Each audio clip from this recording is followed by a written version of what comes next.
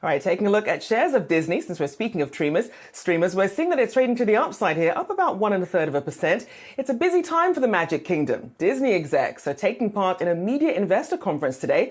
They showed off their brand to advertisers in their upfront presentation on Tuesday. Now, streaming giants are pushing back against a tough macroeconomic environment that has them cutting costs to push profitability. Consumers are dealing with subscription fatigue and higher prices as the media giants battle it out for dominance. So what is currently setting Disney apart from the rest? Well, for more on this, we turn to Ivan Feinseth, Tigress Financial Partners Chief Investment Officer. Good to have you on the show here. We know that you are a Disney bull here. So give us your base case in how you think Disney is faring and how it's going to set itself apart right now. Simple.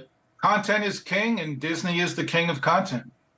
And it's the power of their content that has driven this dramatic rise in subscribers from the initial 0 when they launched in November of 19 to surpassing Netflix across the combination of all their subscription services. And it's about the power of their content. And then Disney is best positioned to benefit further from the power of their content. It drives park visits, product licensing, and all of the other services and products that they sell.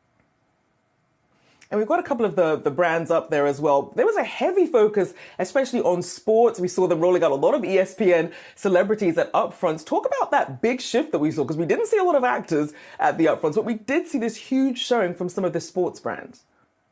Well, I mean, live sports is a powerful driver of viewership because you want to see it live. You want to engage in it live. And then they also have great commentary shows that involve further engagement and also online engagement. So they have, I think, the industry's best content and the industry's best platforms for it. They also have a big push on local news, which really connects with people and then drives further interaction onto their platform. So I think just on all fronts, Disney has such a powerful presence and incredible technology that's behind what they do.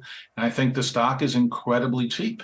And if you listen to the earnings call last week, certainly the parks are strong, cruises were a bright spot, and all of the Disney engagement just continues to drive further Disney engagement.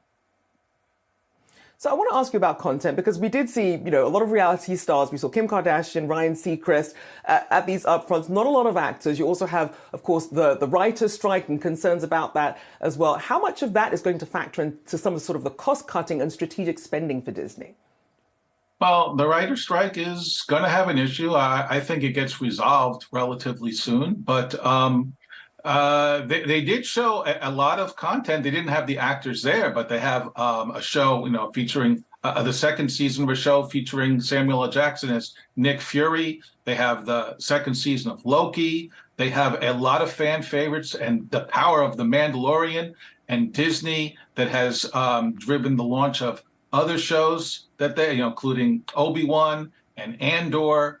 So they have a lot of powerful content that has strong fan bases. So I think that will continue. And I was very impressed with the lineup that they have. And I really love Disney content personally as well. And I have to ask you about advertising, obviously an issue that a lot of streamers are facing with. And then, of course, Disney has also the linear TV aspect as well. But Disney ad sales chief Rita Ferro said, quote, "The advertising business is at the doorstep of a massive transformation." What is Disney going to have to do to really get more market share when it comes to ad spend, as people are being more strategic here? Well, I mean, digital advertising spending does provide advertisers with the best ROI, and it's measurable ROI. So, and it's the ability to, laser target the potential customers that they want. And I think those are all powerful drivers. And you're going to continue to see increasing spending on digital-based advertising. And I don't believe it's going to really slow down. And I think it will pick up significantly. And we've been talking about sort of Disney Plus and it used to be the fight over subscribers, and then it's the fight over content as well. How well positioned is Disney versus some of the other players in this space when you look at, say, a Netflix or an Amazon Prime as well? Well, I think there is great content across all of the streaming services, but I think that Disney has the best content. and the broadest content, and connects with its fan base in multiple levels. And again, they are best positioned to benefit from the halo effect of their content. And I think that's the real power of their content. And it's interesting because we talked about the news space as well and saw them honing in on live local news. When you look at what's happening with the media landscape, what do you think of that move? And really, what is Disney planning in terms of how this fits into the broader landscape? When you look at, say, a Twitter or some of these other ways that, people are really consuming news and media differently. Well, there's no just one platform. Everybody uses multiple platforms. But I mean, local news is a powerful engagement tool for people because everything is local to an individual. So I think that's important. Sports, everybody has their favorite teams, especially in college sports. They have a big presence in college sports. So I think that they have it going on in almost every aspect. Now, profitability is important, and they have invested a ton in content, and they will continue to do so. And they recently indicated about the need to optimize their content, which I believe means focusing more on shows that have the bigger viewership base and less on shows maybe that are less popular, and hone their content, which every business does. But I still say that they are best positioned to benefit from the content they have, and they have the best content. And certainly when you take a look at that content and all the different spin-offs available, certainly a lot of endless possibilities there for Disney. A big thank you there to Feinseth of Tigress Financial Partners. Absolutely. Thank you so much for joining me this morning.